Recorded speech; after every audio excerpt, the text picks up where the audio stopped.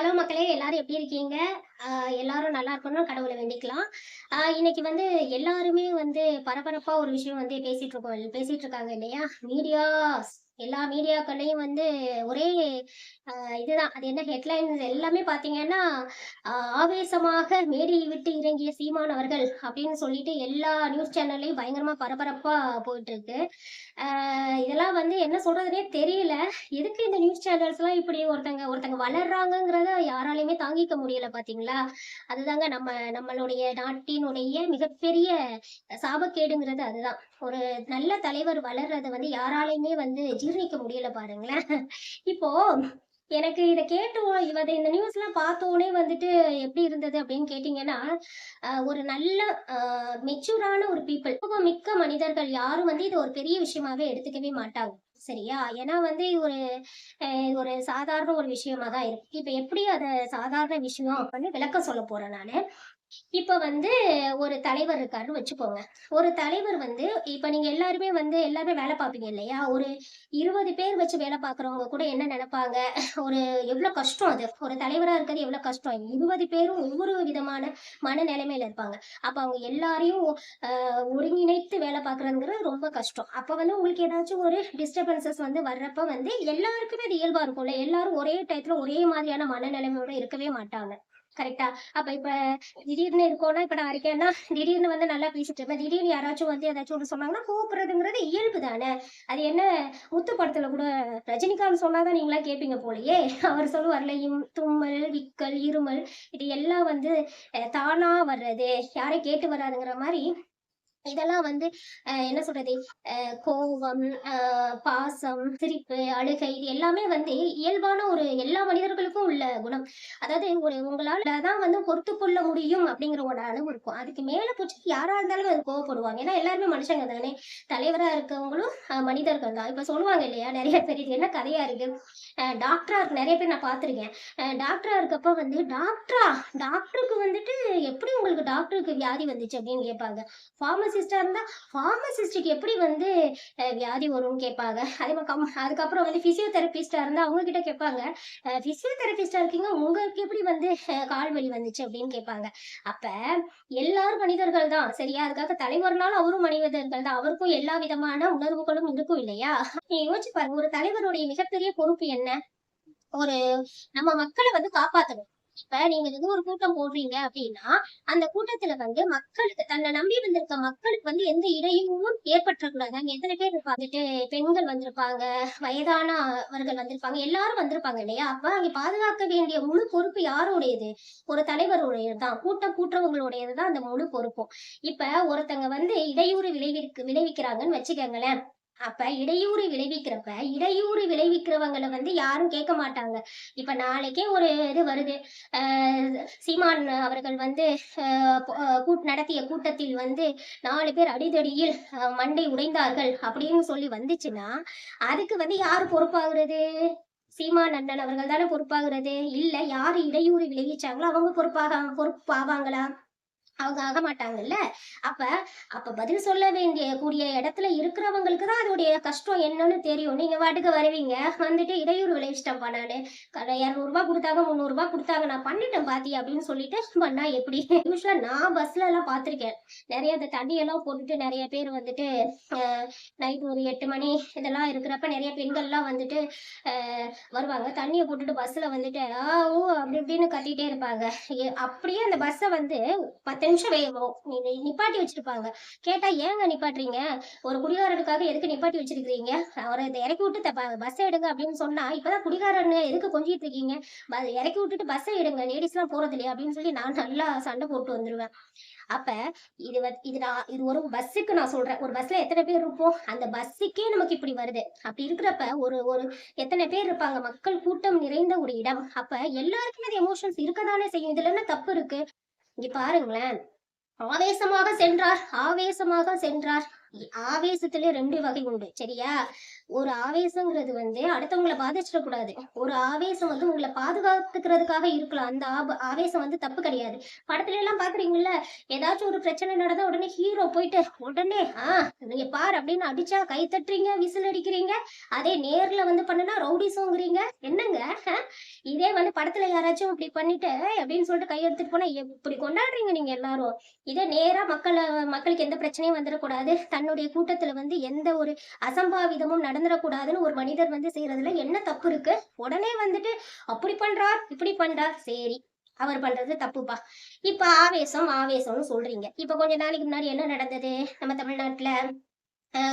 துப்புரவு பணியாளர்கள்லாம் வந்து என்ன பண்ணாங்க? இப்ப காலையில வேலைக்கு போனாங்க. அங்க என்ன சொல்லிட்டாங்க? உங்களுக்கு இன்னைக்கு வேலை கிடையாது. இனிமே நீங்க வந்து பிரைவேட் எம்ப்ளாயி ஆக போறீங்க அப்படின்னு சொல்லிட்டாங்க. அப்ப என்ன பண்ணாங்க? அவங்களும் ஆவேசப்பட்டாங்க தானே. அவங்க பட்ட ஆவேசம் நல்லதுக்காக பட்டாங்க. அப்ப போராடுனாங்க. ஆனா நம்ம கவர்மெண்ட் என்ன பண்ணாங்க? அவங்களும் ஆவேசப்பட்டாங்க. அந்த ஆவேசம் என்ன மாதிரி இருந்தது?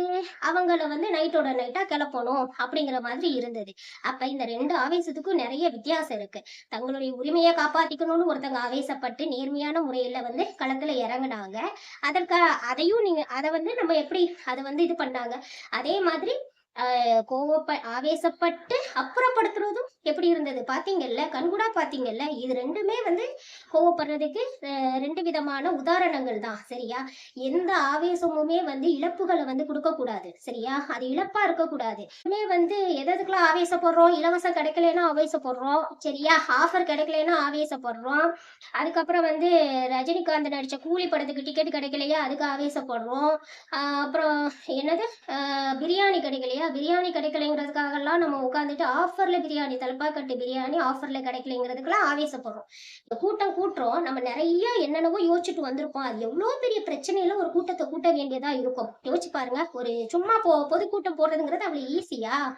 ஒரு நீங்க ஒரு 5000 பேர கூட்டி பாருங்களேன். அப்ப தெரியும். அப்படி இருக்கிறப்ப தண்ணிய போட்டுட்டு வந்து மேடையில இருக்கவங்கள வந்து இது பண்ணா ஒரு டைம் பொறுமையா இருப்பாங்க எல்லாருமே. 2 டைம் பொறுமையா இருப்பாங்க. நீங்களா இருந்தாலும் சரி, நானா இருந்தாலும் சரி என்ன பண்ணுவோம்? 3வது டைம் வந்து என்னன்னு கேட்க தான் போவோம்.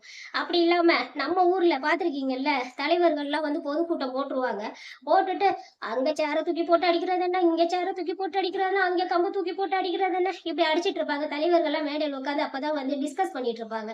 ஆ நெக்ஸ்ட் என்ன டார்கெட் பண்ணலாம்? இப்படி பண்ணா நமக்கு நல்லா இருக்கும் அப்படின்னு நினைச்சிட்டு. அப்ப இப்படி இருந்தா அப்போ என்ன சொல்லுவீங்க? சீமான் அவர்கள் முன்னாடியே தொண்டர்கள் அடித்துக் கொண்டார்கள். கலகலப்பு சலசலப்பெல்லாம் ஏற்பட்டது. அப்பவும் அவர் அமைதியாக இருந்தார் அப்படின்னு ஒரு நியூஸ வந்து கிரியேட் பண்ணுவீங்க. அப்ப எப்படிதான்பா இருக்குது? பேசாம நீங்க என்ன பண்ணுங்க? நீங்களே எழுதி தந்துருங்க. எந்த மாதிரி இருக்கணும்? எந்த மாதிரி செயல்படணும்? அப்படின்னு சொல்லிட்டு எழுதி தந்தீங்கன்னா அதுக்கு ஏத்த மாதிரி நாங்களாம் நடந்துக்கிறோம். சரியா? இது என்னடா மப்பா போச்சு. அப்புறம் ஆவேசப்படுறாங்க. என்ன ஆவேசம்னு தெரியல இதுல. சரியா? எந்த ஒரு இப்ப சும்மா உட்கார்ந்துட்டு இருக்கவங்கள போயிட்டு, தம்பி இங்க வா, நான் உன்ன சண்டை போடணும்னு யாராச்சும் சொல்லுவாங்களாங்க? அதுவும் மேடையில பேச போனவங்க இறங்கி வந்து, தம்பி இங்க வாப்பா, நான் உன் கூட சண்டை போடுறேன். என்ன பண்றது? எனக்கு வந்து சந்தோஷமா இருக்கு அப்படின்னு ஆசைப்பட்டு யாராச்சும் நாளைக்கு யாரு பொறுப்பு ஏதாச்சும் ஒரு விஷயம் ஆச்சுன்னா, சரி போலீஸ்லாம் இருந்தாங்க. இவ்வளவு கேள்வி எல்லாரையும் கேக்குறீங்கல்ல, மேடையில ஏறி ஆவேசமாக குதித்தார், களத்தில் குதித்தார் அப்படின்னு. நீங்க யாராச்சும் வந்து ஒரு போலீஸ் இருக்காங்க. போலீஸ் வந்து பாதுகாப்பு குடுக்கணும். பொதுக்கூட்டம் நடத்துறாங்கன்னா பெர்மிஷன் வாங்கியிருப்பாங்க எல்லார்கிட்டயும். அந்தந்த பிளேஸ்ல உள்ளவங்கள்ட்ட. அப்புறம் போலீஸ் பாதுகாப்பு குடுக்குறாங்கன்னா, நிச்சயமா ப்ராப்பரா வாங்குனதுனால தானே போலீஸ் பாதுகாப்பு குடுக்குறாங்க. அப்ப அந்த போலீஸ் பாதுகாப்பு குடுக்குறப்ப, குடிச்சிட்டு வந்து ஒருத்தங்க அசம்பாவிதம் பண்ண வர்றப்ப போலீஸ் பார்த்துட்டு நிக்கிறாங்க. ஒரு கூட்டம் நடத்துறவருக்கு பாதுகாப்பு குடுக்குறதுக்கு தான் போலீஸு. அந்த கூட்டம் எந்த விதமான இதுவும் இல்லாம இருக்கிறதுக்கு. போலீஸ வந்துட்டு அப்படியே வந்துட்டு குடிச்சிட்டு வர்றவங்கள முதல்ல ஏன் இது பண்ணணும்? போலீஸ் இருக்கப்ப குடிச்சிட்டு வரலாமா? அப்படிங்கிற பயம் இருக்கணும். எங்கேயாச்சும் இருந்துச்சா? என்ன சொல்லுங்க? ஆமாமா. நான் கூட இப்போ ஒரு நியூஸ்ல பார்த்தேன் ரீசென்ட்டா. ஒரு பொண்ணு வந்துட்டு சொல்றாங்க. என்ன வந்து இவன் வந்து இவனோட நான் பழகிட்டேன். ஆனா வந்து இவன் என்னைய பிளாக்மெயில் பண்றான்னு போலீஸ் ஸ்டேஷன்ல போய் நிக்கிறாங்க. அப்ப வந்து ஒருத்தர் வந்து ஒரு நல்ல மனிதர் என்னெல்லாம் கேட்குறீங்க? அவர் வந்து போலீஸ் ஸ்டேஷன்லயே வந்து மிரட்டுறாரு. உன்னுடைய நிர்வாண படத்த நான் காமிச்சுருவேன். நீ என் கூட இருந்ததெல்லாம் நான் காமிச்சுருவேன் தெரியுமா? அப்படின்னு சொல்லிட்டு மிரட்டுறாரு. போலீஸ் பார்க்குறாங்க. 2 லேடி போலீஸ் இருக்காங்க. அவங்க சொல்றாங்க, நீங்க போயிட்டு எல்லா ப்ரூஃபையும் எடுத்துக்கிட்டு வாங்க அப்படிங்கிறாங்க.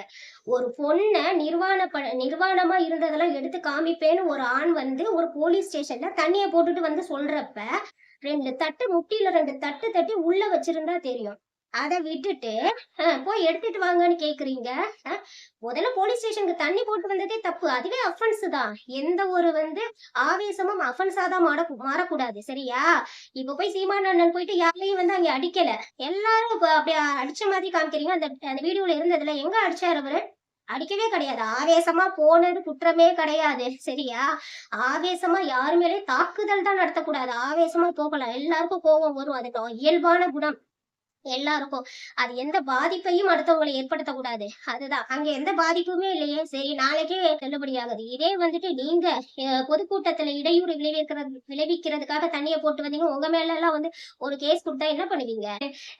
என்னென்னவோ கிளப்பி விடுறீங்க. ஒருத்தங்க முதல்ல நீங்க எல்லாரும் கிளப்பி விடுறீங்க. எல்லாருக்கும் ஒரே ஒரு கொஸ்டின் தான். இப்போ இத்தன பொதுக்கூட்டம்லாம் நிகழுதுல்ல. எல்லா கட்சியுமே தான் நான் கேட்கிறேன். எல்லா இடத்துலயுமே நான் அது நெறைய இடங்கள்ல நியூஸ்லயுமே பார்த்திருக்கேன். சரியா? அப்ப பாத்தீங்கன்னா, போயிட்டு சண்டை போடுறது என்ன, அது பண்றது இது எல்லா கட்சியிலயுமே கேள்விப்பட்டிருக்கேன். இது யார தவிரனா நாம் தமிழர் கட்சியை தவிர எல்லாருமே இந்த மாதிரியான அசம்பாவிதங்களை பண்ணி நான் பார்த்திருக்கேன். அப்ப ஒரு தலைவன் எப்படி கைட் பண்றாங்கன்னு பாருங்க. ஒழுங்கா ஒரு தலைவன் தொண்டர்களை கொண்டு போய் ஆனா வழி நடத்துற தலைவன் எப்போதுமே கட்சியை கட்டுக்கோப்பா வச்சிருக்கணும். சரியா? ஒரு தனி மனிதரா இருந்து நீங்க பண்ணி பாருங்களேன். ஒரு 20 பேரை வச்சு நீங்க சமாளிச்சு பாருங்க. முடியுமா? அப்ப ஒரு கட்சிங்கிறது எவ்வளவு பெருசு. அங்க இருக்கவங்க எல்லாம் எத்தனை இதா இருக்காங்க. 15 வருஷம் ஸ்டாண்டர்டா நின்னு அதை இது பண்ணி காமிக்கிறதுன்றது யாருக்கு வரும்? அப்படி இருக்க ஒரு மனிதருக்கு கோவம் வர்றதுல என்ன தப்பு இருக்கு? ஒரு பெரிய விஷயம்னு சொல்லிட்டு எல்லாரும் ஆவுன்னா போட்டு இது பண்றீங்க. மீடியாக்காரங்கள்லாம் ஒரு காலத்துல அவரை இதே எடுக்கலாரு. விஜயகாந்த் அவர்கள் மாதிரி அவரை இது பண்ணணும்னு நினைச்சிட்டு இருந்தீங்க. இப்ப அதை தான் நீங்க ட்ரை பண்றீங்கன்னு நினைக்கிறேன். அதெல்லாம் இங்க செல்லுபடி ஆகாது. என்ன ட்ரை பண்ணாலும். சரியா? கோபங்கிறது ஒரு இதான ஒரு அந்த கோபம் நல்லதுக்காக இருக்கலாம். தப்பே கிடையாது. எந்த கோபமுமே அஃபென்ஸா தான் மாறக்கூடாது. சரியா? ஆவேசம் அஃபென்ஸா மாறினாதான் அது தப்பு. மத்தபடி எல்லாருக்கும் இருக்கு. எல்லாருமே கோவப்படுற படலன்னு நீங்க ஒரு ஆளை காமிச்சிருங்க. முதல்ல நீங்க அவர் மேல இவ்வளவு தப்பு சொல்றீங்கல்ல, அவரை ஓகே, அவர் தப்பா இருக்கட்டும்பா. நீங்க யாராச்சும் ஒருத்தங்க இந்த மாதிரி பொதுக்கூட்டம் இது பண்ணி அதுல 1.5 மணி நேரம் 2 மணி நேரம் பேப்பர் பார்க்காம படிச்சு காமிங்க முதல்ல தமிழ. சரியா? பாய்.